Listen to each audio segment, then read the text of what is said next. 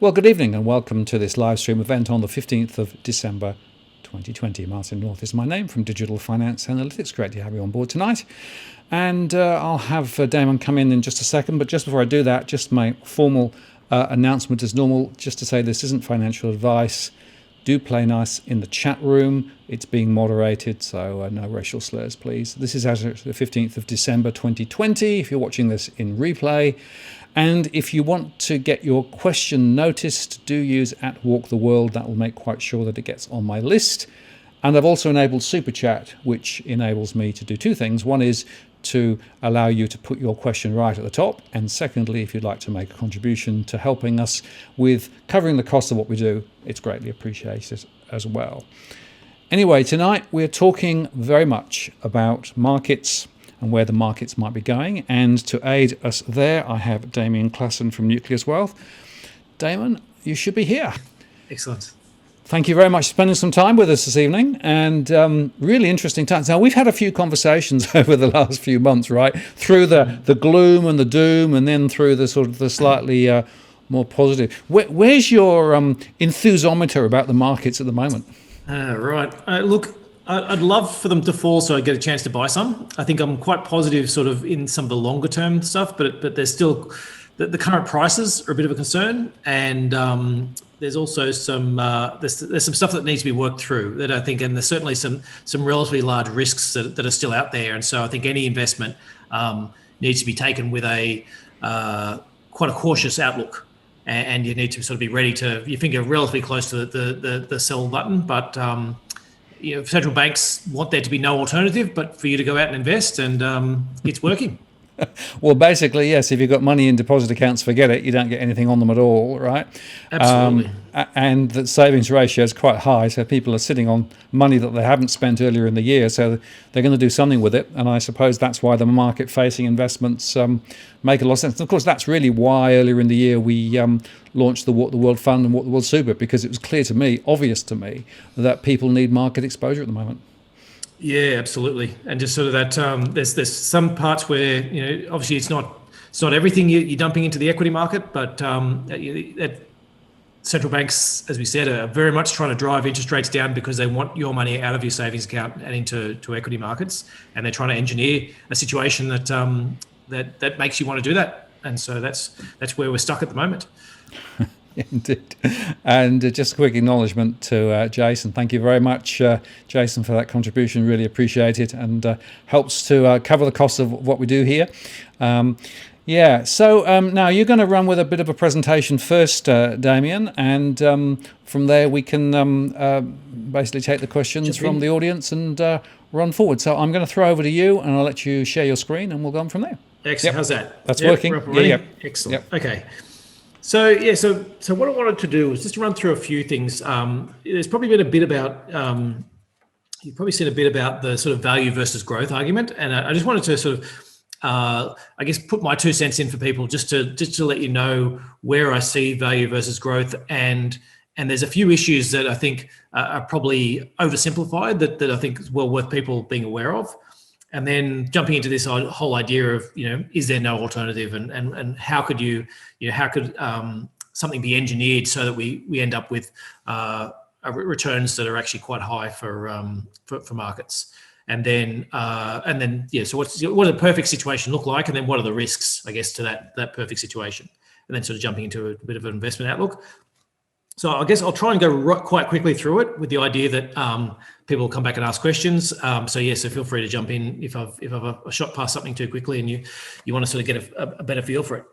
So I think the first place I wanted to start was this whole idea about value versus growth. And most people use these indexes from MSCI to have a look at them. And so MSCI run this, I've got on the left there, the World Value Index sort of turned $100 into $200 over a 15-year period, and with the last sort of 5 or 6 years in particular being where it gave it all up, whereas the MSCI World itself turned that into $280. So a significant difference between the returns. Having said that, last month it all reversed, And so we've had, whatever it is, 5 years of horror for value investors, and followed by a month of being on top. And so the question is this now the change, and will sort of value now be the get to take the upper hand for the next 5 years? So I just wanted to step back and say, well, what is value? And so there's a bunch of these different quantitative factors that people run, and effectively what they do is they say they split everything up into 5 quintiles, so basically 20% in each category, and they say on the bottom one, by valuation, they say what are the most expensive companies, and then what are the least expensive companies, and if I bought the least expensive and sold the most expensive, what type of return would I get? And these charts are just showing you that over the year to date, this was at the end of November, you're basically down 30% if you bought value, whereas if you bought earnings quality, you'd be up 25%. So a significant difference in the factors between those, and that's true pretty much wherever you were, whether it was Europe, US, Asia, right throughout different ones. And so I've got a few of those different factors and just a year-by-year performance. The thing you can note with value, just with this chart as well, though, is every year has been quite bad. So it's literally been, if you go and find the most expensive companies out there and buy them, you would have done better than trying to find the cheapest companies. So what are the other big quant factors? So there's sort of 5 main ones that people use. There's momentum, which is basically buying whatever's going up. And that's quite a high turnover strategy, though. Like you've got to be, if not day trading, certainly trading, once a day at least type thing to stay on top of those types of, so they're quite high turnovers. Low volatility, which is basically saying if you've got a stock that's got low volatility, it'll actually give you better returns over time. Growth stocks, which is trying to find stocks that are growing quickly. Value stocks are stocks that are cheap, and quality stocks are stocks that are earning good return on equity or they have high margins. And what's really worth noting is that all these main quant factors have got this implicit assumption that they're not going to mean revert. So if you're buying a momentum stock that's going up, you're expecting it's going to keep going up forever, or until if you're buying a growth stock, you're expecting the same thing. I'm buying a growth stock and I'm going to expect that it keeps being growth. Value is the only one that's really different in that you're buying a cheap stock expecting that it's going to come back to being an average price stock. And so it's actually it has quite a different payoff compared to some of these other strategies. And value tends to be a bit of a believer's story. So you go through long dark periods of losing money, and then all of a sudden you make a lot of money in it all in one go. And that was where we were last month. But those value can run for a number of years. It's worth noting that the MSCI indexes are what I would call naive value. So basically, a lot of it's a reliance on book value, which sort of doesn't matter as much anymore, and accounting standards have changed. They don't use any cash flow measures at all. They don't account for accountings. They don't have anything in there to change up accounting standards in different countries. And there's a few other sort of technical things they do with it. But I guess what I'm saying is, in the end, the value is what I'd call quite naive value. And I've got a chart up here that just sort of showing, if you break down value into a few different measures, you can see that if you're buying stocks on that same measure where the cheapest stocks versus the most expensive, you're losing money across pretty much every value strategy. But noting that if you're focused on cash flows, then you actually did, you basically almost broke even on that this year, and you've done much better in prior years. So while value in itself, especially the way MSCI defines it, is what I'd call quite naive, there are elements of value that certainly have been working. And the other big thing, though, is or the most important thing with value is that value doesn't sit on its own. It's a trade-off. And I put up this chart last time I was on, just showing you that we have this something where we put every stock on the x-axis, from cheap on the left-hand corner to expensive on the right, and then we look at good quality at the bottom of the chart to poor quality at the top, and we then put all those stocks, and we try and buy stuff that sort of sits below the curve. Now, whether you do it that way, whether you do it using value versus momentum, whether you're doing value versus growth, value versus some other metric, the key thing is that value on its own doesn't mean anything. Like if you're going to buy a car, you don't go out and say, I'm just going to buy the cheapest car possible, regardless of whether it's going to go or not. You want to buy a car with a certain standard that's actually going to get you where you want to go and not break down and not use an exorbitant amount of fuel and all that type of stuff. There's a certain quality that you need within that. And I guess that's the way I look at value, is that on its own, to me, it means nothing. You really want to get to this stage where you're buying something that's good value for either the growth you're going to get or the quality you're going to get, or other things. And so what's going to make value keep performing? Well, the positive side is if we get this growth catch up, so pent up demand, people get back out and spending, employment starts going again, and you sort of enter into this new growth rise. That's probably good for value. If you see inflation rising, that's another thing that's sort of one of those signs that generally value stocks will perform well in that. If we're seeing the start or the middle of an inventory cycle, so an inventory cycle is basically where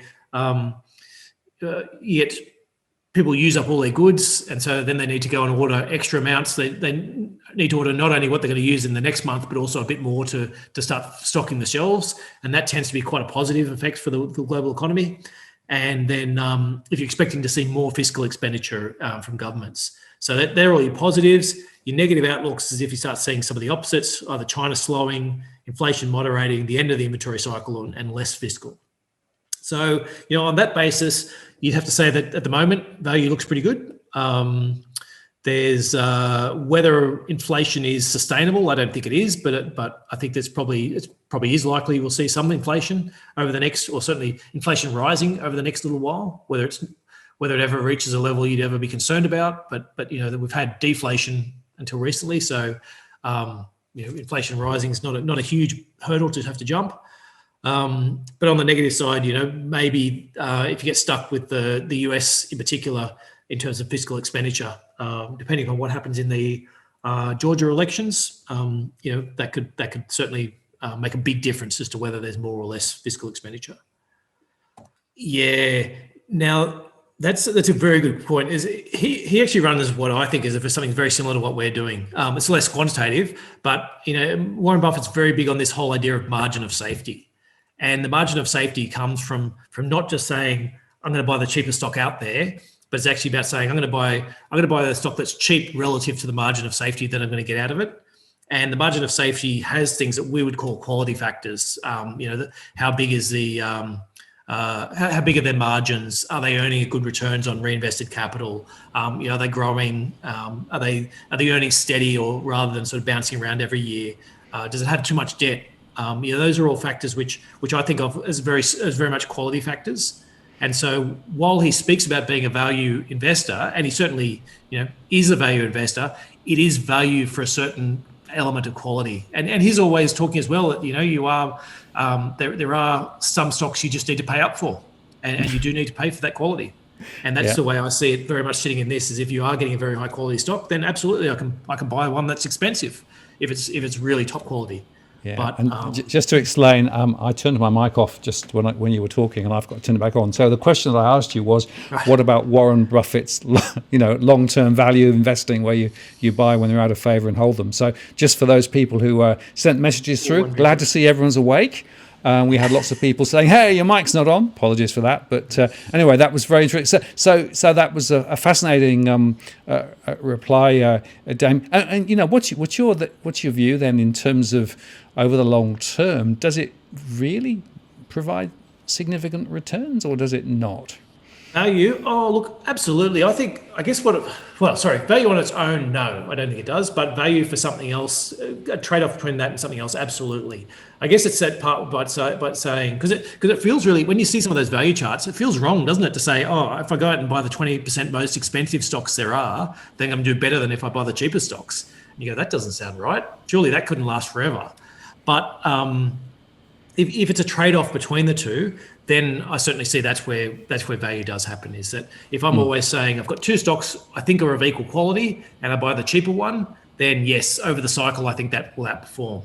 It might not in the short term because the other one might get a takeover offer, or there might something happens that's out of the blue that nobody knew about, and a few positive press stories, and that other stock goes well. But if I'm right in the quality assessment, then eventually I think the value will catch up on those, and it's all about what are you trading off. No such thing as a free lunch. No, that's right. Yeah. Now, here's an alternative. So I'll be quick with this one as well, or I'll try not to take too long time. I just wanted to highlight so Ray Dalio puts out these charts that I quite like, which is sort of explaining in the idea that you've got these three graphs at the top: a productivity growth chart, a short-term debt cycle where debt goes up and down, and these long-term debt cycles. Now, the short-term debt cycles are sort of about 5 odd years. The long-term ones are about 50 years, and I've put on the bottom graph is combining all three of those into one. So you see the productivity growth comes and you get these big cycles in GDP growth. And the question is, I think we're very close to the end of it. And I think, Martin, you'll agree that the long-term debt cycle has been going for 40, 50 years now. It seems to be getting close to the end. Are we at this last little short-term peak? Are we at the second last one? Are we the third last one? I don't know. We seem to be close. And I was thinking initially that this could be it. This could be the big one where we start to see a bunch of bankruptcies and they start spiraling out of control, and central banks and governments simply can't hold it back. But they do seem to have stopped the snowball before it got going. And the question is now, does this mean you could turn it into a zombie economy and you can run a zombie economy, or is it just waiting for something to happen? Are we just waiting for those bankruptcies and the evictions and all those types of things to be released, and people have to start paying their mortgages again, those types of things before we see a downturn? And I think it's an open question, but I think certainly the governments and central banks are looking like they've managed to do it so far. And I guess the question is, do we keep giving them the benefit of the doubt?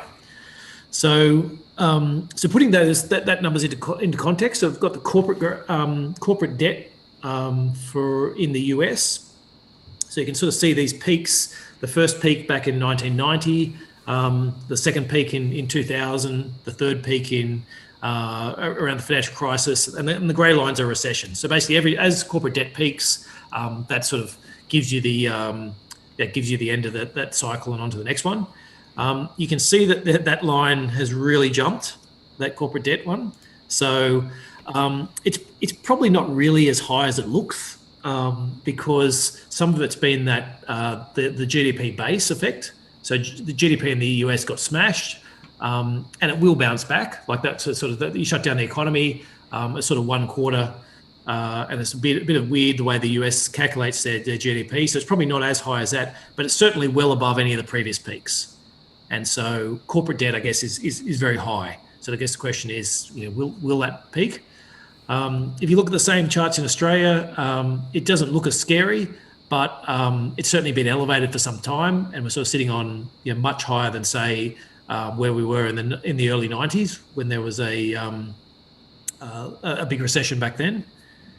And then, so the question is, let's say we're not at the end. Can governments basically wipe off that bottom part of it and engineer so that you don't get this short-term debt cycle and debt simply gets pushed higher? So I don't know the answer, but it looks like they're doing making a decent fist of it so far. I don't know if they can get people to get out there and borrow again and really grow that borrowing. In Australia, in some other countries, possibly. So I've got this total credit to households, and you can see Australia's sort of already 40, 50% or 50 to 70%, sorry, higher than everyone else. The UK, the USA, the Eurozone, they all did actually deleverage post the financial crisis. And so there probably is a bit of scope for them to get their households to gear up a bit more than what we'd see in Australia. So does that mean one more leg higher on the debt cycle? Maybe. It's obviously a lot harder in Australia to push from where we are at the moment. Interest rates can go a bit lower in some of these countries. Not much in the Eurozone, but or Japan, but the UK and USA have a bit of scope, and Australia's probably got a bit of scope as well to with the term funding facility to get mortgage rates a bit lower. So yeah, I guess there's a thought there. It's worth noting though that the ECB in 2014 really started to target mortgage interest rates. Oh, sorry, excuse me. But they didn't spark a credit boom. So that was when they sort of started cutting rates. They started their own version of the TFF, which is the LTRO. I think TLTRO. I think where they've basically, if you get a mortgage in somewhere like Germany or France, you'll be paying about 0.5% interest rate on your mortgage, and the central bank will actually give your bank another 1%. So they're paying a negative interest rate. So basically, whatever interest you pay, they're doubling it and giving it to the bank to keep the banks profitable. And so the ECB started doing that in 2014, and you can see that didn't spark a credit boom in Europe. And so maybe it'll get one here or in the US, but it's obviously it's not a foregone conclusion that just by cutting those interest rates you're going to get this credit boom coming back to houses. So that's where it leaves us. So we're in the loving embrace of central banks and governments. If you trust that they're going to keep providing great returns for us, sorry, not great returns, that central banks, and they're going to keep providing more and more money and more stimulus, that the stimulus is going to flow to not only the people who need it, but the people who don't need it as well. And those people are going to go out and borrow and spend as much as they can. Then there's no alternative. You should be buying. There's a big question for most people who've been sitting there, especially people who've been sitting in cash and saying, look, are you capitulating at exactly the wrong time? Is this just before the whole thing falls over? And so, you're sitting on this cash and wondering what you should do with it. Look, I'll give you a pretty firm maybe. I think there's a lot of things that could go wrong, but the flip side is there's a lot of things that can go right as well. And the mid 2020s in particular, I think look pretty good. There's we think that solar power and other factors are sort of capping energy costs. So that's looking good. There's a lot of automation stuff coming through. You're probably going to see a lot of a lot less production done in China, a lot more in other countries. So there'll be a bit of re-onshoring. I think there'll be a lot of if automation of transport seems pretty likely at the moment. So mid 2020s, maybe late 2020s, and that's going to provide a huge productivity boost to a lot of countries and companies. You've seen this. We've had this big shock to companies, and companies have gone through and basically ripped out their middle management and got rid of as many costs as they possibly can. And so if you're looking at companies like a Qantas or even some of the retailers who've sacked a lot of people who, truth be told, they probably didn't need a lot of them, and they've come up with new ways and new productivity measures. You probably don't need sales to get back to where they were in order to get profits back to where they were. So if your sales have fallen 30-40%, but then you've axed a bunch of people from your cost, maybe they only need to jump up to you might only need to get back half of what you've lost in order to get your profits back to the same levels. And the idea is if governments are out spending lots of money and people aren't actually spending money themselves, then so if consumers aren't spending but governments are spending, then that probably means that corporates are going to be doing quite well on the whole profit side. So I think if prices were lower, I'd certainly be buying a lot. If we got a bit of a decent dip, I'd be buying a lot. But I'm sort of like cautiously optimistic on it about saying, well, I don't want to be at zero exposure. I don't want to be sitting in cash because if markets keep grinding higher or shooting higher as they did last month, then you want some exposure, and that this is what central banks are trying to get you to do. So it's about trying to walk that type line of saying you want to have the figure of relatively close to the sell signal, but without actually, but still maintaining some sort of exposure. And then the last one, sorry, excuse me for one sec. Yeah, it's just the investment outlook. So I've got a whole bunch of different positive and negative factors on there. I don't know if I want to leave those up or, I mean, Well, we can talk for why don't we ages. come? Can we come back to that a bit later? I think there's some Yeah. really interesting points, but I've got quite a few questions now. Some beforehand, and some which we've had on the live chat. So maybe we could just pick up a few of those apart, and then you just come back to that, summarise the conversation a bit later, if that makes sense. Yep. So this was quite an interesting one that was asked a bit earlier on. What are your thoughts about insolvency risk coming next year? Because that seems to me to be a really, really critical question with regard to what's happening here. It is absolutely the most critical question, I'd say. Look, my initial thoughts were, say 6 months ago, was that there was nothing you could do to avoid the insolvency, and that eventually that would come. We'd have to see a return to capitalism, and that capitalism, if you say companies can't go broke, then you're effectively suspending capitalism and leaving us in this position where you're heading down to a command economy. And I didn't expect that to happen. But having said that, all the extensions keep rolling on. So first it was, a lot of them were initially for 3 months, and I'm talking globally, then we went to 6 months, then they got extended out to a year.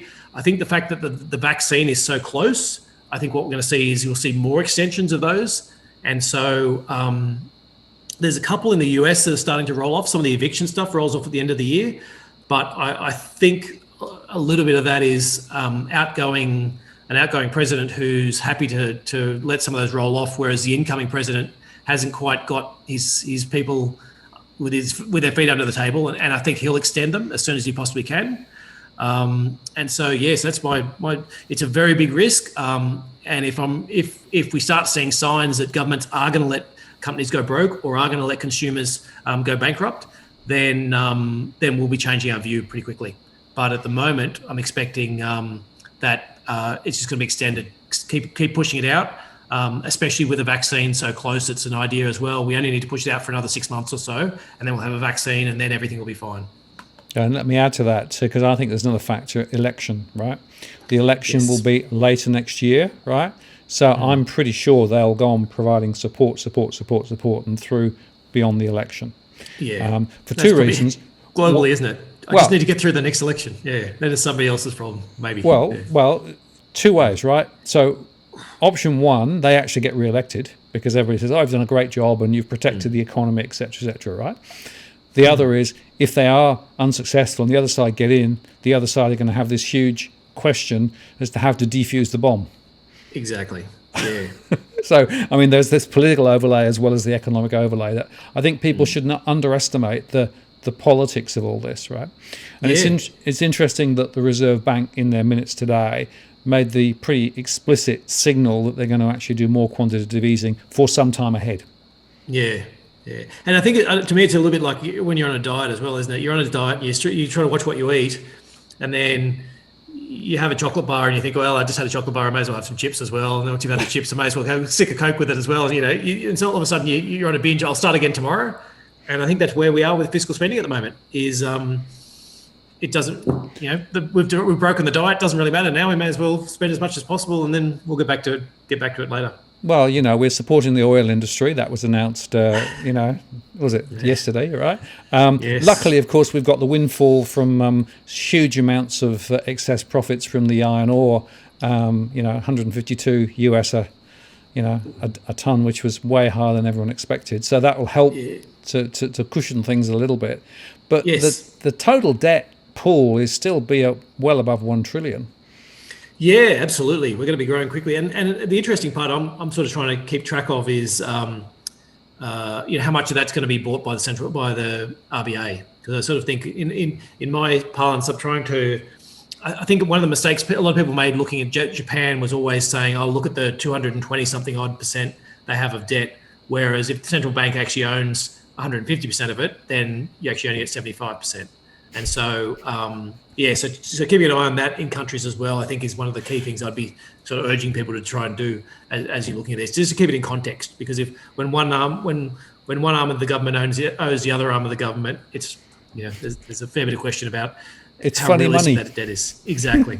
Yeah, exactly right. Yeah, no, that's exactly the case. And one of the other questions which has come up quite often, which we might just touch on now, is the question of inflation or no inflation, right? Because there is this thesis running that all of this stimulus is going to flow ultimately into higher levels of inflation, and some people will say, well, of course, the real inflation is a lot higher than the official inflation number. And the others are saying, no, you misunderstand. This is not actually inflationary at all. And in fact, it's probably deflationary. And as you take rates lower and as you try and throw more liquidity through the system, it doesn't necessarily stick, and therefore it creates deflationary forecasts and effects, just like Japan. Where are you on that sort of pendulum at the moment? I'm very much on the deflation side, except I do think there's going to be a short-term burst where, and everyone who thinks inflation's coming will get to claim victory over the next sort of 6 to 12 months, I think. So I do think there's there will be a bit of some shortages and some as demand, as we sort of get this bounce back. I guess this is all assuming that these vaccines don't suddenly start creating problems and major issues. But I think there is pent up demand, and I think a lot of the government stimulus that's gone out has been very indiscriminate, and people who have got it who need it, but a lot of people have got it who don't need it, and they're going to spend it. And so as that comes back, I do think that'll create some inflation, but it's very transient.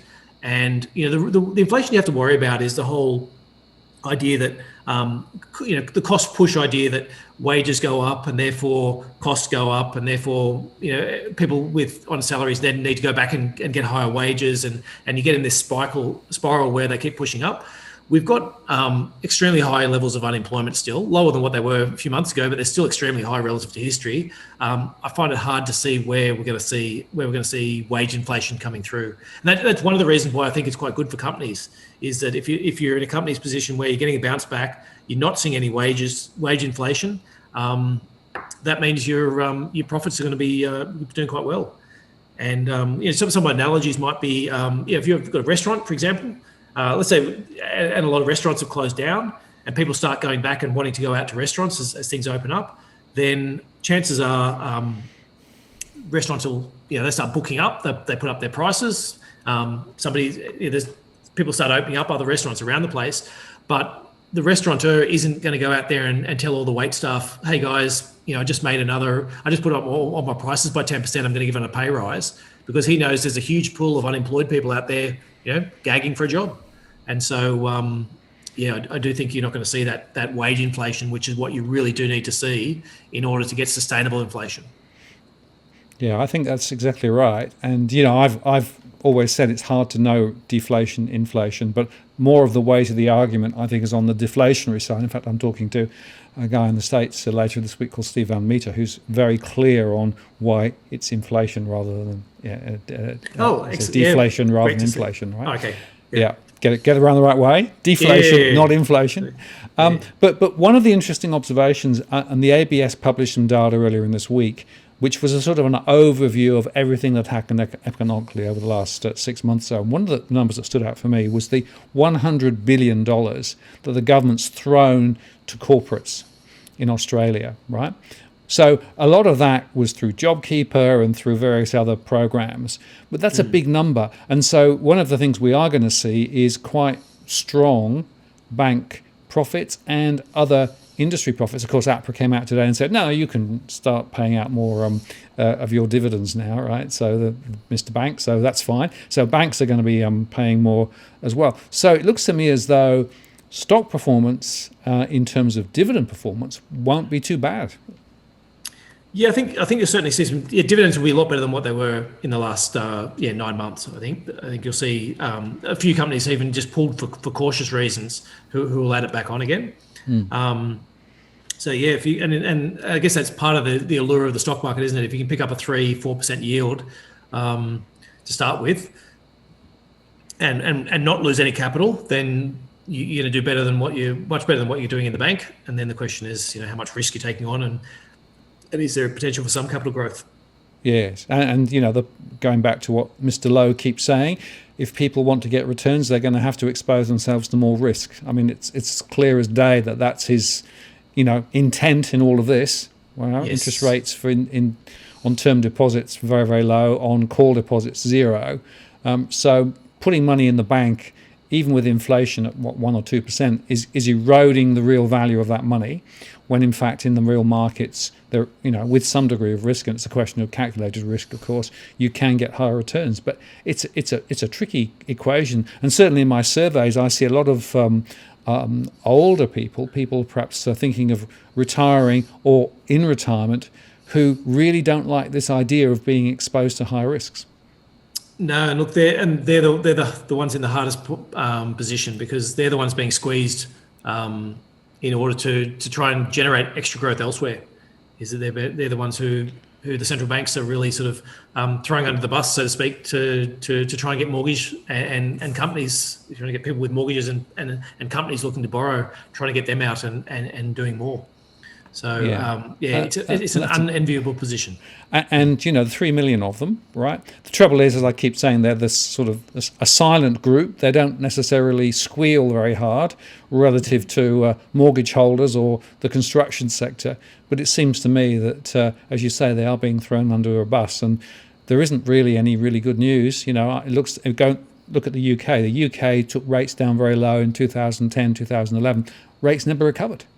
Mm-hmm. Well, and as you said, like the RBA today is talking about doing quantitative easing for an extended period of time, and then after that, then you've got interest rates not rising for an extended period of time, and then finally you might get your interest rates rising in 5, 7, 10 years. So it's a question of really how much gets done on the fiscal side, in my view, as to how soon that'll start to rise. But I think. They're explicitly telling you, don't expect this to be a 1 or 2 year blip. You're in for the long haul. Absolutely. It's a long, slow grind. Now, this is another interesting topic and question. This is from Cookie Boy. What is your thoughts, Damien, on the bond markets? What's going on there? I think there's some really interesting and peculiar dynamics at the moment. Yeah, so I guess let me split into the corporate bond market and the government bond market. So the corporate bond market, we're seeing spreads, which is basically how much you have to pay for to take on a risky bond, are at very low levels, and the coverage you have in terms of covenants, they're called. So basically the rules around these bonds are basically as loose as what they've been in a long time. So you can lend your money to corporates. The corporates can basically do whatever they want in terms of giving it back to you and changing, putting more people in front of you or behind you or whatever. And you don't get a very good return on it. And you run this risk that at some stage, that record corporate debt we showed before comes unraveled. And so for that part, I'm sort of going, well, I'm not particularly keen at all on that market. On the government bond market, the RBA's basically pinned the lower end of the curve, so the short-term debts. So basically out to 3 years now, they've explicitly said if rates go any higher, they're going to go out and buy more bonds. And so that part of the market's pretty boring. The 10-year end and longer is really driven by international markets as much as anything. And so that's the part where I think if you can see a bit of a scare come through in terms of inflation scare over the next little while, and you get the stories starting to circulate, and as I said, we don't need inflation to rise dramatically to 3-4%. All it does is need to rise higher than deflation or back to sort of 1 or 2%. I think there will be a lot of stories coming out saying, hey, this is the start of this huge inflationary scare, and you will see some of those rates start to tick up. And especially if you see Biden win Georgia, I think there'll be a bit of a scare. So there is potentially some losses there at the long end that are potential. Then the middle is, I guess it's somewhere in between the two. But I guess what I'm thinking is I'd be looking to say, I guess our rough plan is we've sort of pulled out of a lot of the long-term stuff. And if we see that inflation scare, we'd be looking at that as an opportunity to start getting back into the bond market. But at the moment, I'd be sticking with the short stuff or just sitting in cash and waiting for better prices. Those bond markets, as Steve Almeida says, it's ahead of the curve. The bond markets know stuff the other markets don't. We'll see. We'll see. Yeah, that's right. Look, the bond markets, I think, are often thought of as the more sane of the between the equity market and the bond market, and probably more accurate at some of the economic factors. But the bond market's always more pessimistic, and there are times to be optimistic, and so. Yeah, and definitely in the long term, if you're going to buying stocks in the long term, they do tend to do better, or not tend to, they do better than bonds in the long term. Absolutely. Now here's one from Dylan, which is Dylan. Thanks for that contribution. Can you guys break down your deflation argument for dummies? Seems like magic thinking to me. Don't understand how, with all the money printing, cash could be worth more. Happy to admit I'm a dummy and ask a stupid question. It's not a stupid question at all. It is a fundamental, pivotal question. All right. Now let me go first with why deflation might follow rather than inflation. All this printing, all this liquidity, right? The question is, what happens to it? Where does the money go, right? If the money goes into the real economy and people then basically use it to buy stuff, that could be inflationary, right? Or if they borrow more, get bigger loans, that could all be inflationary. But if the money that's printed goes into the financial markets and doesn't hit the real economy, you can have the bifurcation between inflation and money supply. And in that situation, you could end up with deflationary forces rather than inflationary forces. And in fact, as interest rates go down, the argument could be that inflation is less likely, deflation is more likely. So that's sort of in a nutshell how the argument runs. But Damien, you might want to No, that's a great summary of the financial side. The other side I want to riff on a little bit is the demand versus supply. So I guess there's times when you have too much demand and not enough supply, and times when you have supply shocks that you can't, the supply isn't there, and that's what causes inflation. So basically, too many people wanting to buy goods, and so the price of those goods goes up. The benefit of China and opening up to a number of developing markets is that we've actually sort of flattened this whole supply curve. Is that if you want some more, $10 toasters, China's willing to provide, pretty much as many as you want. And if you can't get it from there, then there's Vietnam or, the Philippines, or there's a whole bunch of other countries that are trying to industrialize and manufacture. At those prices. We've also seen, the Philippines was actually one of my services one, where if you want to outsource you're worried that your staff's costing you too much in Australia and you need some more call center staff, you outsource it to the Philippines or to India. Same with your IT. What we've done is really flattened that whole supply curve so that when people want more, it's very easy to get more without actually driving up prices. Whereas if in stages where you're stuck by saying, well, I have to hire people within Australia and the unemployment rate gets really low, then people then demand wage rises, and then that sort of flows into the prices. And so that's where there's the financial side that Martin gave a very good summary about, but there's also the physical side of the goods we're demanding as well. So whether it be phones or things from Amazon and other sort of goods like that are very easy to produce quite cheaply in bulk, and so we're not seeing the same. We won't see the same inflation from those. The final point I just add to that is that if everybody in all countries around the world are all doing the same, in other words, all liquidity printing, right, and all basically trying to take rates lower and lower and lower, then the net zero sum of that means that some of those impacts that you might see in one economy versus another won't happen because everyone's chasing the same goal. Yeah, absolutely. And one of the it's one I was going to talk a little bit before actually, and it slipped my mind, was it's this idea is that we spoke about, I think, last time, in terms of Australia's put out this huge stimulus package that's all based around giving companies tax cuts and incentives to go out and spend on capital expenditure. And what that generally means is if a company spends on capital expenditure, they're probably going to fire some people and automate some processes. And so that's not doing anything for wage growth, obviously. And it probably means as well they can produce more and cheaper.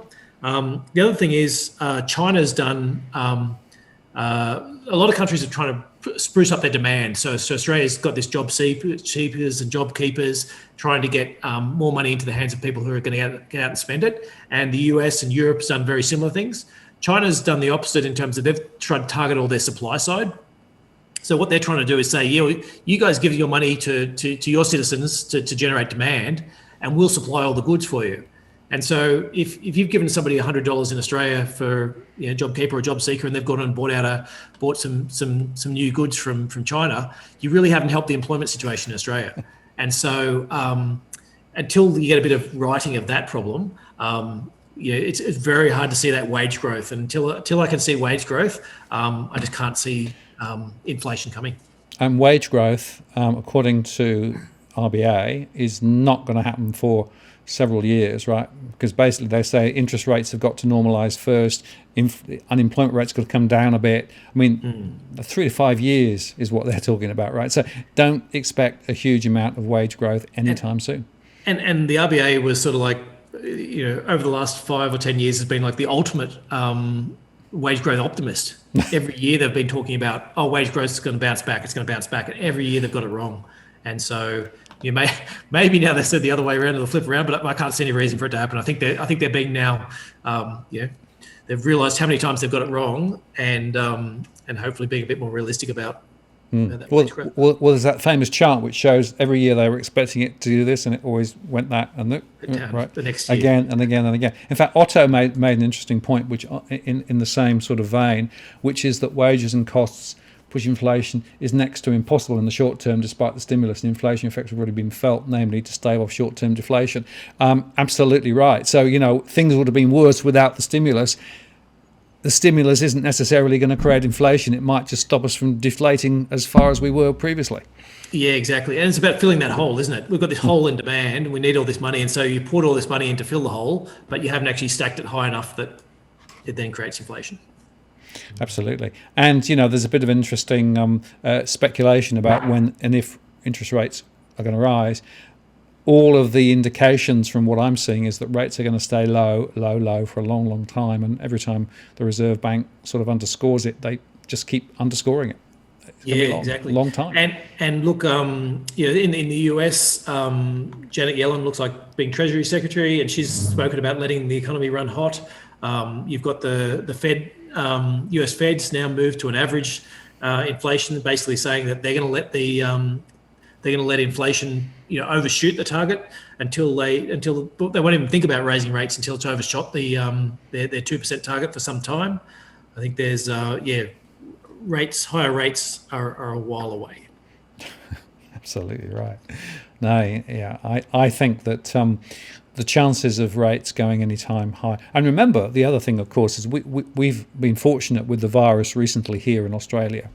But around the world, you just look at what's happening with regards to the US or the UK or Europe, and the Netherlands are locking down again. In the UK, they're saying there's now a more virulent strain of the virus circulating in and around London, so they're actually locking down there again. And okay, the vaccines will hopefully come through in due course. This is another negative set of economic indicators which need to be factored in on a global basis. Yeah, and it's interesting that in a way some of that debt is really just sitting there to fill in this gap so it's almost as if you sort of say, okay, we started with this economy that was running at whatever rate it was running in at the start of 2020, and hopefully we'll have the same economy in, say, 2022, but just with a whole lot more debt sort of attached to it. So without a lot of growth or anything like that, but just a whole lot of debt that's sort of been built up over the interim. So yes. Well, and I said in an earlier show at the end of last week when I was talking to Tarek Brooker, think of it like this: the economy was slowing in January, February time, right before the virus hit in Australia, right? If we're lucky, we'll get back to that sort of growth rate again. We'll just have a debt now of 1.8 trillion. In so doing, right? But we haven't fundamentally solved the economic weakness that we had back in January, February time. That was just to get us back to where we started. Yeah, that's right. And then we're, a lot of that growth all came from increased debt by basically convincing people to go out and borrow more. And so if you've already given them a lot more debt, I do think there is a limit at what stage people will say, well, even if I can borrow at 0.5%, maybe I really don't want $1 million mortgage that I can honestly see I'm never going to pay off. Even if I can afford to, if interest rates have come down far enough, I can afford it, but I can afford to pay the interest. I just can never afford to pay it off. And so it'll be interesting to see whether that's people ever go for that. Absolutely. And let me just make a couple of acknowledgements here. Smooth operator, thank you so much for your contribution there. Aussie dollars 123. How is this for supporting DFA miners? Good work. Well, really appreciated, Smooth operator. Thank you so much. It really does make a huge difference to our ability to continue to make these shows. This doesn't come without cost and effort. We're not here to make a lot of money off the back of it, but actually just covering the cost really helps. So that's really appreciated. Thank you very much for that. Damien, I wanted to ask you something else. If you think of debt, right, we've got government debt, we've got corporate debt, and we've got household debt. And it seems to me that we know that the government debt's increasing. We know that household debt is on the way up again. But it looks to me as though corporate debt is not really moving. In fact, business investment looks to be very slow at the moment. What do you think's behind that? And do you think that's a significant indicator that we should be watching? Yes, I guess so. So Australian isn't. I guess Australia's debt's already relatively elevated to where it's been in the past. The second part, the probably more important part, is that that utilisation is quite low. So what I mean by that is that companies generally have spare resources and can increase their production or increase their services without actually having to incur a lot of costs. And so, and when you're at that stage, you don't have a reason to go out and spend more on capex. If you're only operating at 80%, then you want to move. You want to wait till you're 90% or above before you actually start getting out and expanding. So, we saw that there was a small business. Government tried to give a small business grant of $40 billion, and did they lend 2 or 3? I don't know. It was just over 2. Yep. Yeah, it was 95% lower than what they expected, and it's that part where. Banks I don't think want to lend to that market generally, but also it's companies don't have the in a weak demand environment really don't have the desire to get out and lend more.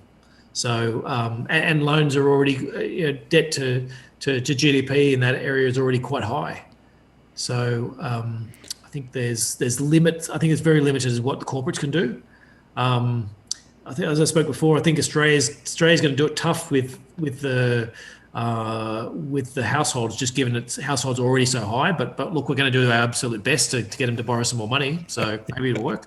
Yeah, take another mortgage, take 2, free. Yeah, that's right. But it's interesting if you look at the survey on businesses, right? There is a little bit of an uptick there in terms of business confidence, but. What's also interesting is it's not translating to investment yet, nor is it translating to any wage increases, right? So those 2 levers, which is what the government would like to see happen and the RBA would like to see happening, it's not following through. So therefore, the default is, okay, we'll have to get houses sold and get people to buy another house and get a bigger mortgage, and because that's an easy throw. But interestingly, APRA, of course, rebalanced is proposing to rebalance the capital slightly so that effectively the SME lending is not quite so capital intensive relative to some types of mortgage lending. So that's quite an interesting change. Yeah, it'd be. I mean, the big thing that really needs to happen to that, especially the small end of the market, is really though that you actually get some genuine business lending that isn't related to just having a house and mortgaging that, because really at the small end of the market. Anything less than, say, a 10-person business, generally the bank's first question is, do you have a house? Have you got scope to loan against it? If the answer is yes, we'll lend against your business. If the answer is no, is like, well, it sounds all a bit too hard. And so, I think there's banks would really need to do, and they don't have the staff or the capability to do the assessment anymore. So, it needs a lot of change. It's all done by algorithm, as I made a shout at the weekend, right? And those algorithms are, nobody knows how it works, but a lot of people don't get the result they might want. Just a quick acknowledgement to Jeff. Thank you very much, Jeff. I really appreciate your contribution there. It is very gratifying to see so many people willing to support us. If you are not able or willing to support us, please do like this post. It's really important that we get this out as far as we can. So feel free to like this post, even if you're not able to make a contribution directly. Now, let me just talk about this one from Cookie Boy. Roy Morgan says real unemployment is at 11.9%. What will it be after JobKeeper ends? I think that's a very, very good question, right? Because we think the number is fudged at the moment quite dramatically. Yeah, I know. Look, I've been trying to focus on underemployment. So, because I do think over the last 10 years or so, the unemployment stats have been affected greatly by things like the gig economy and Uber, Uber Eats and Uber and all those types of things. I think if you're working 20 hours a week riding a bike around with hot food on the back of it because you've lost your job, you'd think of yourself as unemployed and trying to do something, or certainly underemployed. If you've got a degree and this is what you're just doing to keep food on the table. So I think for me that's the more important one. Where do I think it's going to be? Look, I think still 15%-ish. And I think you're not going to get wage growth until it's well below 10. So, it comes down to quality of jobs. I think is the key. Is it saying if you can provide, for example, they talk about fruit picking and people who work on some of those on a per piece of fruit basis who complain about getting $5 an hour or $7 an hour or something like that. Yes, it's employed, but it's not a job that's actually providing a decent enough wage for people to live on. So I think that's the but it is a good question and I don't know what the answer is. I don't know what your thoughts are, Martin, on where it should sit, but or what the real rate is, which is why I'm trying to focus on underemployment because I think I can better feel for it. I think underemployment is a better metric than unemployment because obviously the utilisation rate is all over the place and anybody on JobKeeper is classed as employed when perhaps they really aren't. We won't know until the JobKeeper tide goes right out, but as we said earlier on, that could well be months or even a year away, right? I don't think it's going to end at the end of March. At least to the election, yes. Exactly right. So it's really tough to say. All I can say that in my surveys, underemployment and unemployment is a lot higher than the official number. Right, which is sort of sitting around 7%. We'll get some more data, I think, this week. But I think the Roy Morgan one is probably closer to reality, but it is tough to read. The problem with the Roy Morgan one I find is that because they don't seasonally adjust, is that I sort of have to try and do that in my head to go, well, just a minute, so it's 11.9, we're close to Christmas, there's probably a bit of extra Christmas hiring. Does that mean it's the real rate's actually 13% or something like that? And so but as you said with the unemployment rate, I mean, our own treasurer sort of stood up in the middle of the crisis and talked about saying, well, the official rates are this, but we really think it's much higher because of all these other factors, and saying, well, if you can't use the unemployment rate for your own treasurer, then seems a bit pointless. No, but we're not the only ones. Around the world, they've got the same issues, right? They have the same issues in the US where the underreporting was huge. It's also true in other countries too, so it's a bit of an issue. And in fact, on that sort of line of argument, Otto came with this comment, which wage growth is the key. Given the path we're on, I don't see it happening. If migration taps to turn on, I would say wage growth would be impossible. And that's another factor that's worth thinking about, right, in all of this, because at the moment, the expectation is that net migration will be negative for the next couple of years. That was what was in the last budget papers. There'll be a mid-term update shortly, and we'll see whether that changes. And it's interesting because there was a paper published today from a government agency on the housing sector, and they also were saying we've got an oversupply of houses because migration is going to be shut out for 1 or 2 years, right? So with migration, if that does actually come back, that's going to be another deflationary impact. Yeah, and I'm very interested to. Well, it's all. Look, nobody knows for sure exactly what's going to happen in all these circumstances. But I guess I want to highlight that in the financial crisis, Australia was a bit of a shining beacon in terms of we had this coming out of the financial crisis. We've got this huge resources boom going on, and I'm not talking about just prices. This was a massive amount of expenditure on all the oil and gas sector, and the iron ore sectors in particular were all doing these massive expansionary pushes. And so if you were somewhere overseas and you just lost your job, or let's say you're in Australia, you just lost your job, you want to come back, you'd say, yes, I'll come back to Australia and because there's jobs there for me. Or you were a worker somewhere else who'd lost your job, you can look at Australia and say, yeah, I can genuinely move.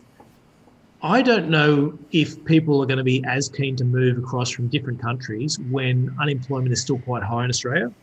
And especially with pandemics and the threat, I guess, of it coming back, is do you want to move to a country where you may not get unemployment benefits and all these other factors? There might be another pandemic and another shutdown, and you don't have family to fall back on to stay with, or to, or just a safety network might not be the same. So there is the thought that when you'll reopen the floodgates and people will want to come back in.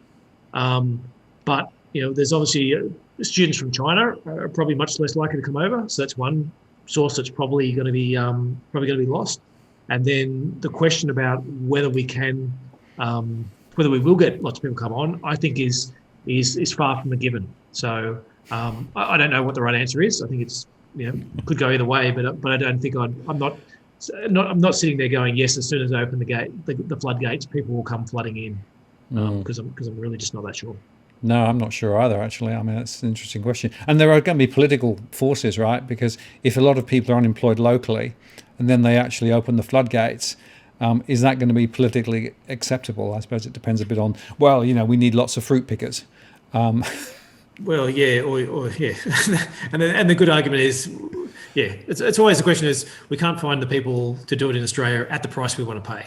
And that's the question is whether that at the price we want to pay. If that argument comes good, then that's exactly what, sorry, I missed the guy's name who just asked that question. That's exactly right, because wages will stay low.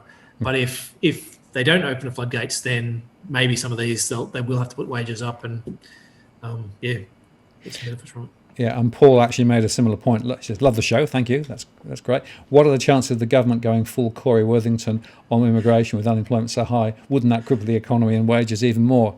Exactly, yes it would.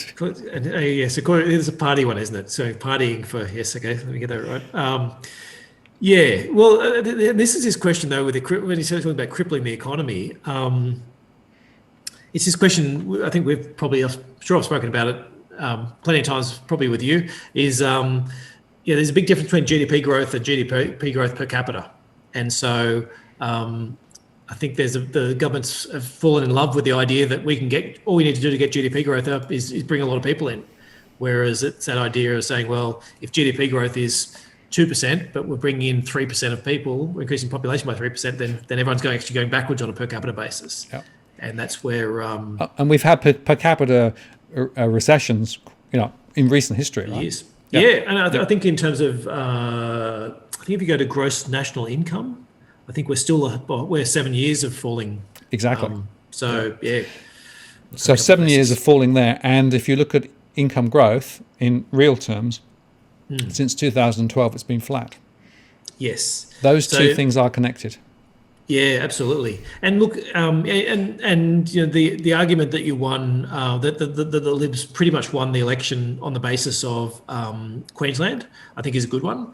And the question is, were the Queenslanders who voted for them, were they in love with the idea that no, we have to have fossil fuels and more coal, or were they more in love with the idea that, hey, we want to have jobs? And I'd argue it's the second, not the first. I don't think they are saying no, we absolutely need to have fossil fuels at all costs. I think they're saying we want jobs and we think that's more important than the environment. But now you got to turn around to those same people and say we want to bring a lot of immigrants in to take the jobs that you don't have. I think that's a harder argument, and so potentially that's where I would think the Liberal Party would be quicker to come to that conclusion than maybe the Labor Party. Well, it's interesting because this one came in just now, right, from Master Singleton saying the Labour and Liberal Party's policies are so similar now it's not funny. And in fact, that is true. I mean, there are some marginal changes and differences, but actually, you can't really see much light. And I almost think Labour is deliberately mirroring what the other guys are doing. They don't want to be a big target. No, absolutely. I don't know whether that gets you elected. I suspect it doesn't, but That's what they've decided to do. So Well, yes. Well, they tried the other method last time, and that didn't work, did it? So.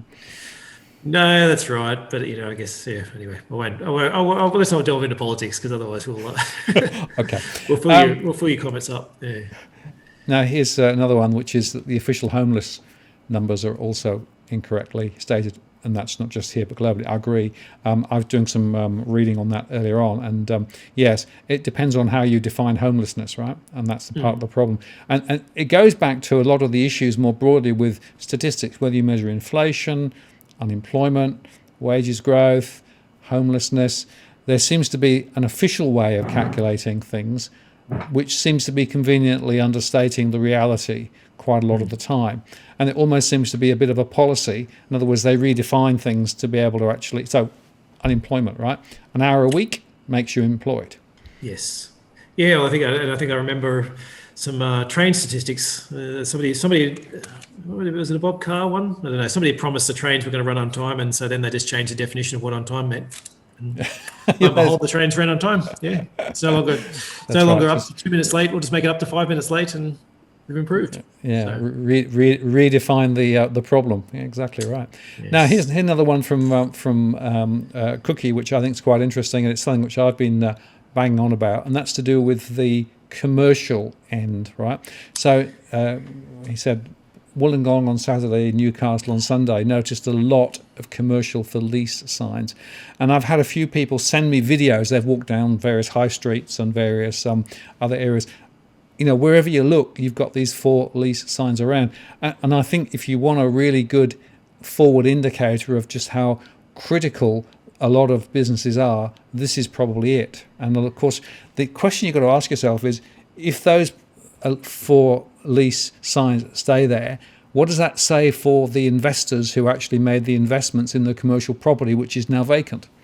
Yeah, and at what stage do they give up and start converting that, say, into residential? And I think that's where the strip. I think the strip shopping, from all accounts that I'm hearing, is high street. If it's not a particularly busy high street, then it's not getting rented for years. And so the question is, do you start converting those into houses and add more supply from that perspective?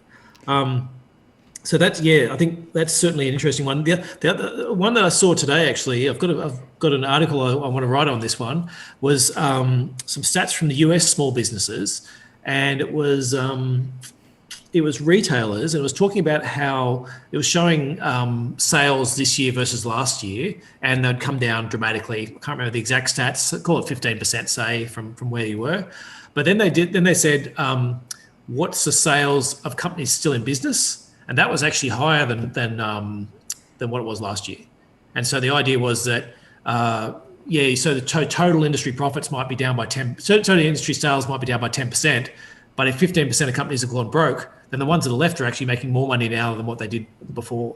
And so that's the question about profitability for people who are left, and that whether that factors in and whether some of these will just never come back in terms of it being, okay, we're shopping more online now, and so that just means that some of those are just never going to be returned to. Right, and the point I'd make there is that those who are actually still there may well be borrowing more debt at very low interest rates to be able to support their businesses, right? So if you do see some debt going up, it may well be not good debt. In other words, it's survival debt rather than actually investment debt. Yeah, exactly. And so, and the other thought on those leases as well is, was that if you've got, I've lost my train of thought there for a second. If I have more of those companies, I need to now to find entrepreneurs. Sorry, that's where I'm coming from. To actually want to go out and do that. And if house prices haven't gone up a lot, or people haven't been, they're seeing uncertainty. There's not a lot of people who will then want to say, you know what, I'm going to take I've just seen what happened to every other restaurant that fell over in the last 6 months. I want to take my life savings now and pour it into that restaurant I've always wanted to open. And I think you just have fewer people wanting to do that. And so the leases are going to take longer. Yes. Well, that's certainly, I've got a show coming out probably tomorrow or the next day from a very interesting innovator in Australia. I featured him last week. We've actually done a bit more work on his business. But he tells the story of how hard it is to be an innovator in Australia, right? With all of the hurdles that are there, all of the paperwork that's there, all of the things. It's just very difficult to get out. And he actually was pretty honest about. He was quite close to saying, well, maybe I should just sort of go over to the US and take my ideas there because there's more chance of getting it to grow and develop there. He hasn't done that. But I do think there's an interesting question as to whether we'd have enough focus in Australia on creativity and innovation and helping sort of businesses that could grow into bigger businesses to get going. It seems to me to be a really big black hole here.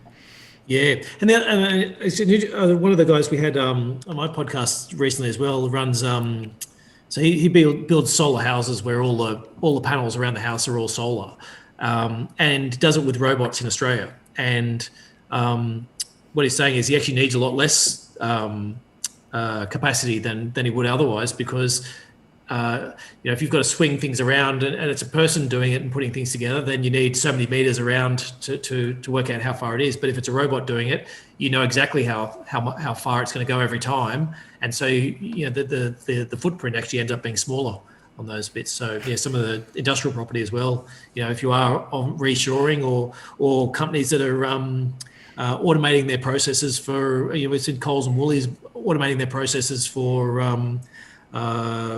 logistics, then again, if it's robotics, they just need less space, and you can stack things higher and more safely, and so it's also less land needed. I must just share this little comment from Civitex. They must have dynamically adjusted the train times. That was for your earlier comment about redefining when the train is late. Yes. We've had a few discussions about hedonic price indices on the channel over the last few months. So that was very absolutely relevant. So no, look, I'm a big I think there is certainly a lot to say for hedonic indices and saying it's a good thing that you're trying to adjust for it. But the fact is, if I go out and knock down a 3-bedroom house and then put up a new 3-bedroom house and then sell it, it gets treated as if I bought one I bought one for 600,000, sold it for 900,000, and spent 300,000 or 400,000 on the construction. It gets treated as a 50% gain because it's like you bought it for 600, sold it for 900, done. Yeah. So. Excellent. Okay, so as we get to the last quarter of an hour, there's a couple of things I wanted to touch on. A couple of people asked me beforehand your current perspective on gold and silver, and your current perspective on cryptos.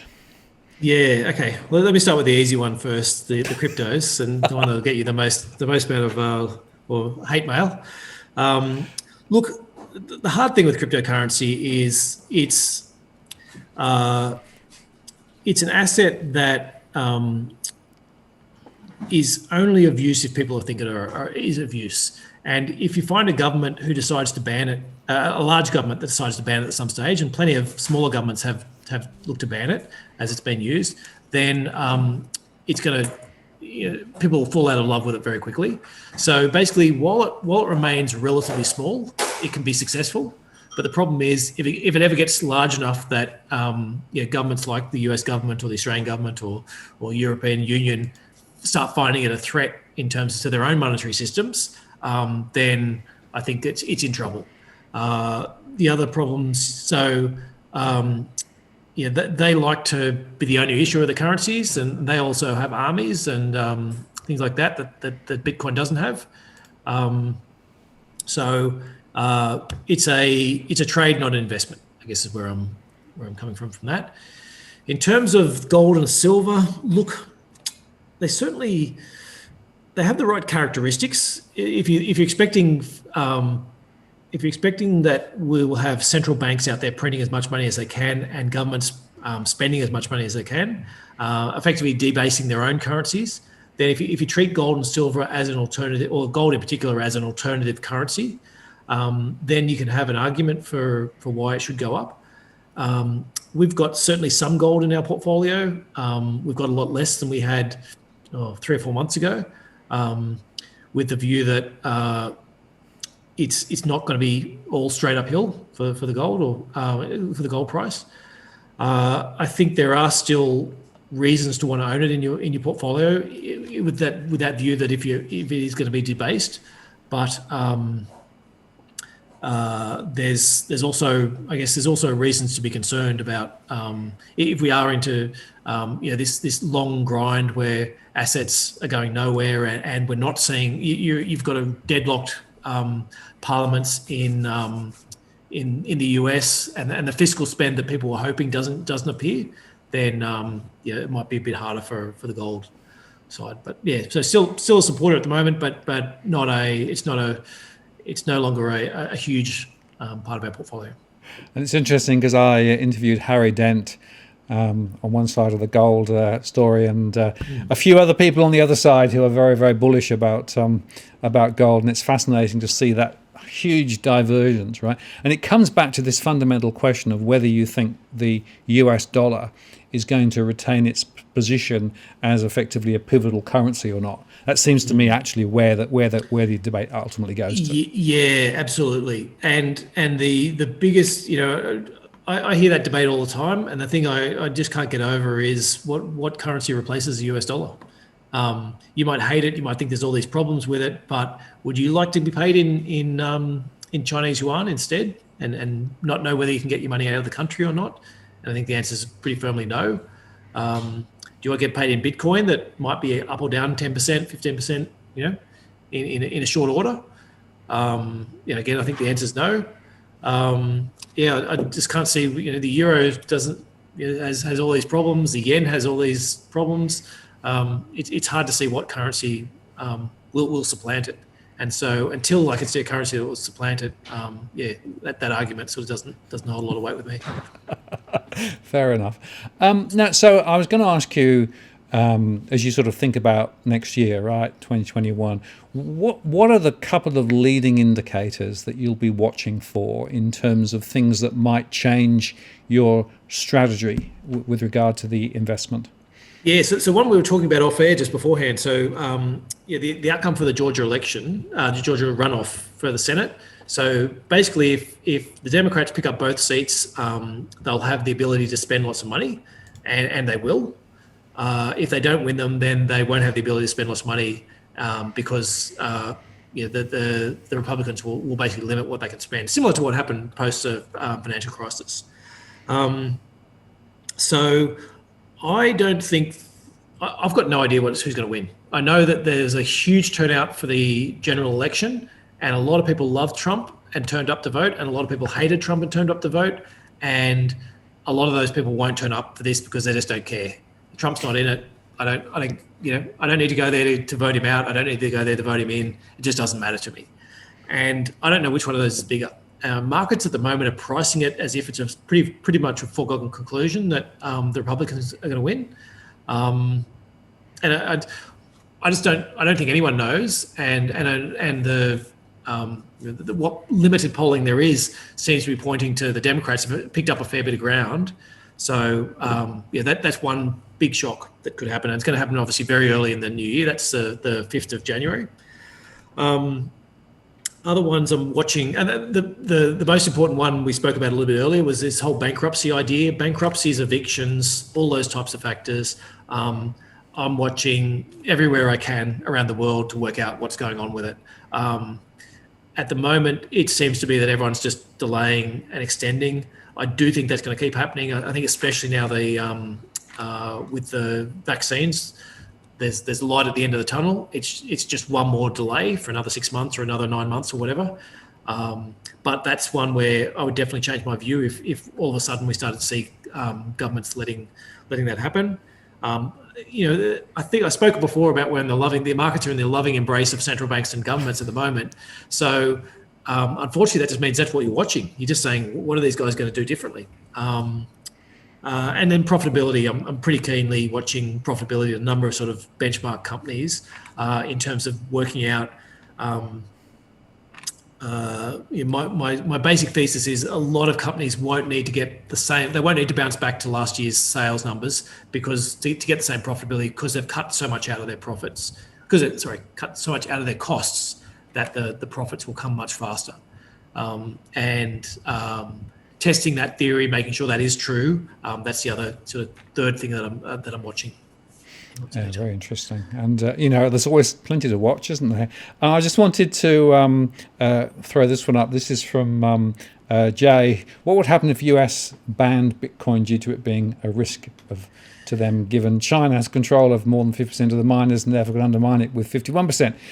Could the US even do that? I mean, who knows, right? Nobody quite knows precisely. What I would say is that I think the real question is not just on the Bitcoin, but it's actually the combination of Bitcoin versus central bank digital currencies. It seems to me that, and if you look at what's happening, for example, in China, they've actually got now government-backed cryptocurrencies now being piloted in certain areas. We know that the Federal Reserve is experimenting with central bank digital currencies, and even in Australia, the Reserve Bank recently published a paper on it and said that there's something that just needs to be thought about. So I think actually for me, it's less of a Bitcoin in one country than another. It's a combination between the Bitcoin world, which is the sort of no regulation devolved, versus the central bank digital currency, and who's going to win on that battle? Yeah, well, and I'll give you another scenario which is very similar to the scenario you just had there. But let's say we have another terrorist attack in the US, and it comes out that it's been funded by terrorists who are the money was transferred via Bitcoin in order to do the funding of the account. Is that something where you could see that pretty quickly the US might ban Bitcoin being used within certain ranges, and so I think there's a number of those types of scenarios, which is exactly that point we were talking about before, saying Bitcoin's fine until it gets big enough that people have to worry about it, and becoming a competitor to their own currency, or you get an event like a terrorist attack or something like that gets enough public opinion towards banning it. Absolutely, yeah. Well, there's unknown unknowns, I think, is what I'd be talking about. But we'll be continuing to watch that space over the next few years and sort of trying to figure out how much is speculative, how much has potential opportunity. And as I often say, this is morphing and changing quite quickly. What we do know is that there are a number of large financial companies who now are investing in the likes of Bitcoin. PayPal, for example, you can now pay in PayPal-flavored Bitcoin. Should you so desire. So that's just another example of it's becoming mainstream on one hand, but also potentially tripping over the scale question that you've just touched on. Yeah, and that's sort of that point about, the two issues on that. One is, Facebook tried to introduce Libra, and ran into a lot of flack from banks because they could see, I guess, that would become big quite quickly and be used to pay for things. And the other one I was going to say on the Bitcoin side is, Bitcoins are obviously very good at spinning a good story. Like in the end, if you haven't got it, it's similar with gold in a way, is that so many central banks. I mean, gold's basically owned by central banks and investors. The people who actually use it for jewelry and industrial uses is so small compared to investors and central banks that really what you want to do is convince other people to want to buy it. And Bitcoin's exactly the same. And they've been very good at changing the story around, first it was going to be this transactional thing, and then it's like, well, it's too slow to be a transactional one. Now it's a store of value, and then there's something else, and now it's an institutional asset that's uncorrelated with other assets. And so therefore you should have they've been very good at changing the story, and they can probably change it again. So, it's partly evolution, and partly, as you say, morphing. And partly, of course, there are a lot of people who are actually, making money on the way up, making money on the way down, and spooking, the more people who actually get in. So it's a fascinating microcosm of how markets actually work or don't work. Well, and if you're in a pyramid scheme and you want to, you need to make sure that other people get into the pyramid scheme so you can get out before it falls over. So yeah, absolutely. I'm just going to mention this one. This is from Jeff. I would love to Housing Mythbusters show. There is truly a lot to learn. I would share my informed experience for a fortunate first-time buyer who received great advice and acted on it. So there you go. Right. Well, and that's I'll plug our. We have a housing calculator out there where you can go in and look at the returns you can get on houses, and we do put all those expenses in, your entry costs and your exit costs, because as I said, we spoke about that.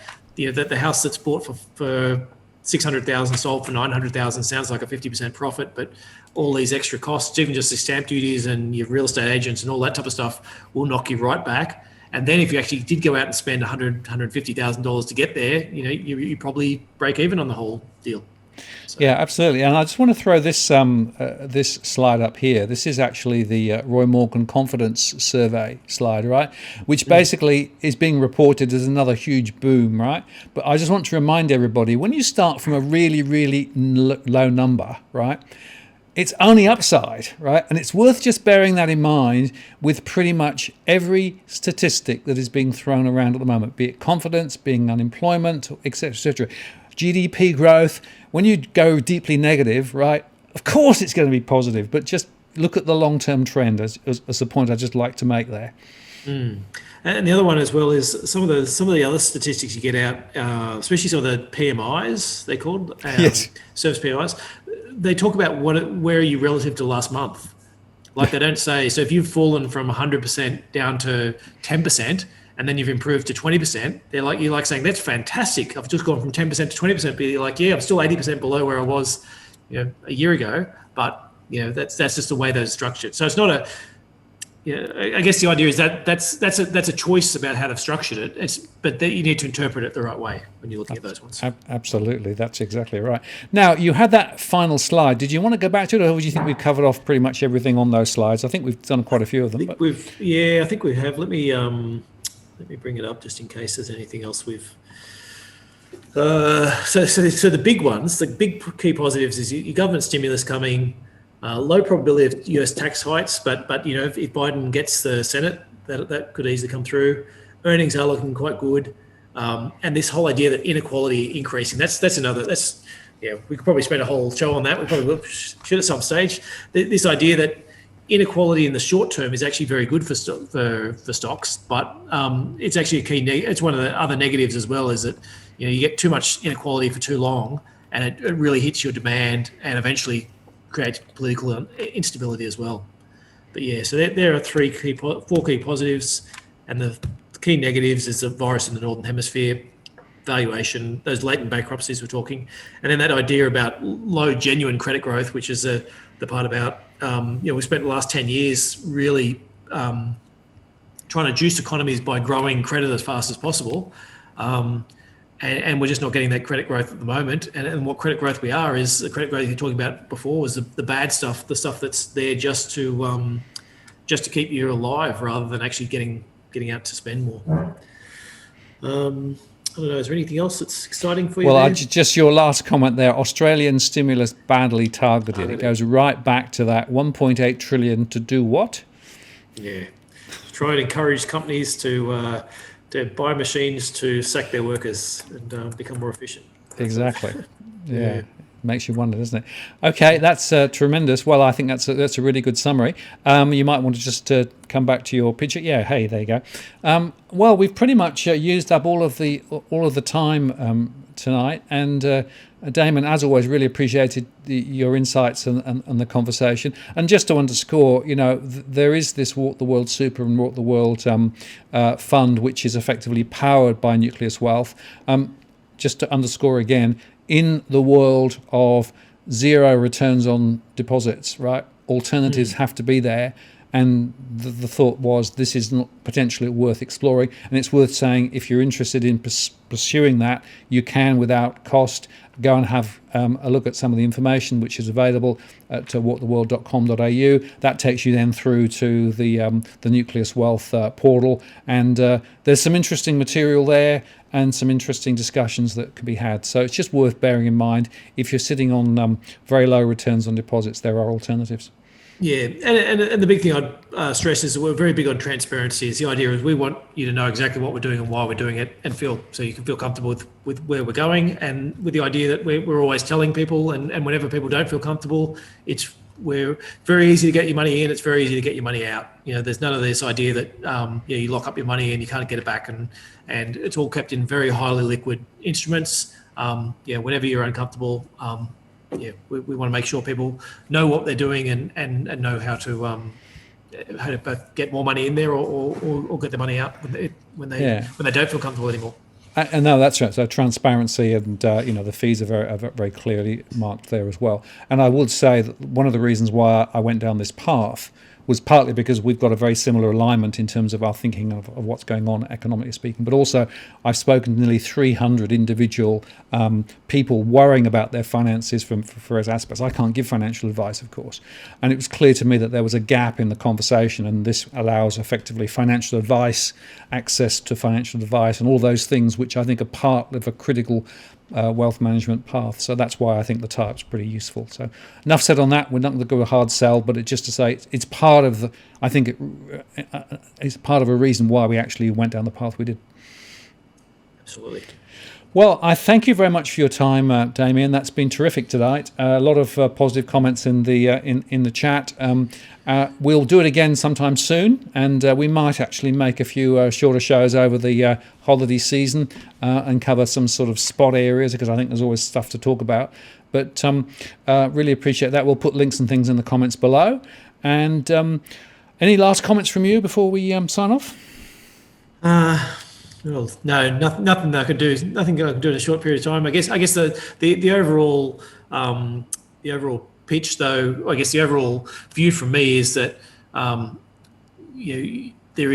the governments really do have the markets in their hands at the moment, yep. And that's what we really need to be watching as to whether can they keep it there or do they lose they lose control of it. So. And the real question is capitalism dead, right? Because it's really manipulated at the moment.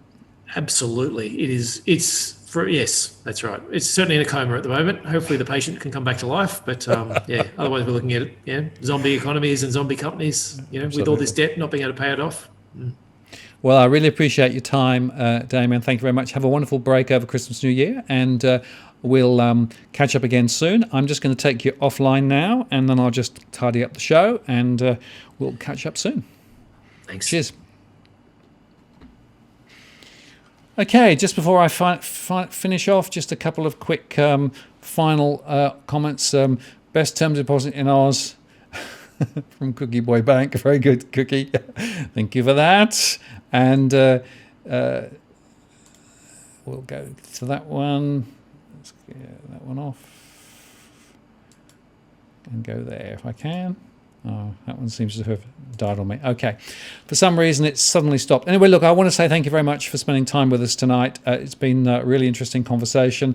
And have a very good Christmas, New Year. For those of you who are still around next week, we will be on air again. I'll be having a live conversation with Edwin Almeida, our property insider. That's a week tonight on the 22nd of December. So the way it's going to work is we're actually going to run our normal Monday show, his rant, but on Tuesday you can ask him questions about property and related matters. So feel free to come on to that. And there will also be a show a week later, so just after Christmas. More about that next week. Just a quick acknowledgement of... there we go. There. Quick acknowledgement of Master Singleton for that. Thank you very much for that. And I really appreciate everybody's contribution tonight. Thank you very much for spending time with us. Have a safe and wonderful Christmas and New Year if you're not with us next week. Otherwise, look forward to seeing you next Tuesday. And meantime, check back for my shows later in the week. There'll be a show with Steve Van Meter talking about bonds and the Bond King. And I've also got a couple of other highlights as well. So keep watching. This is Martin North from Digital Finance Analytics. Thanking you for watching. Signing off. See you next time.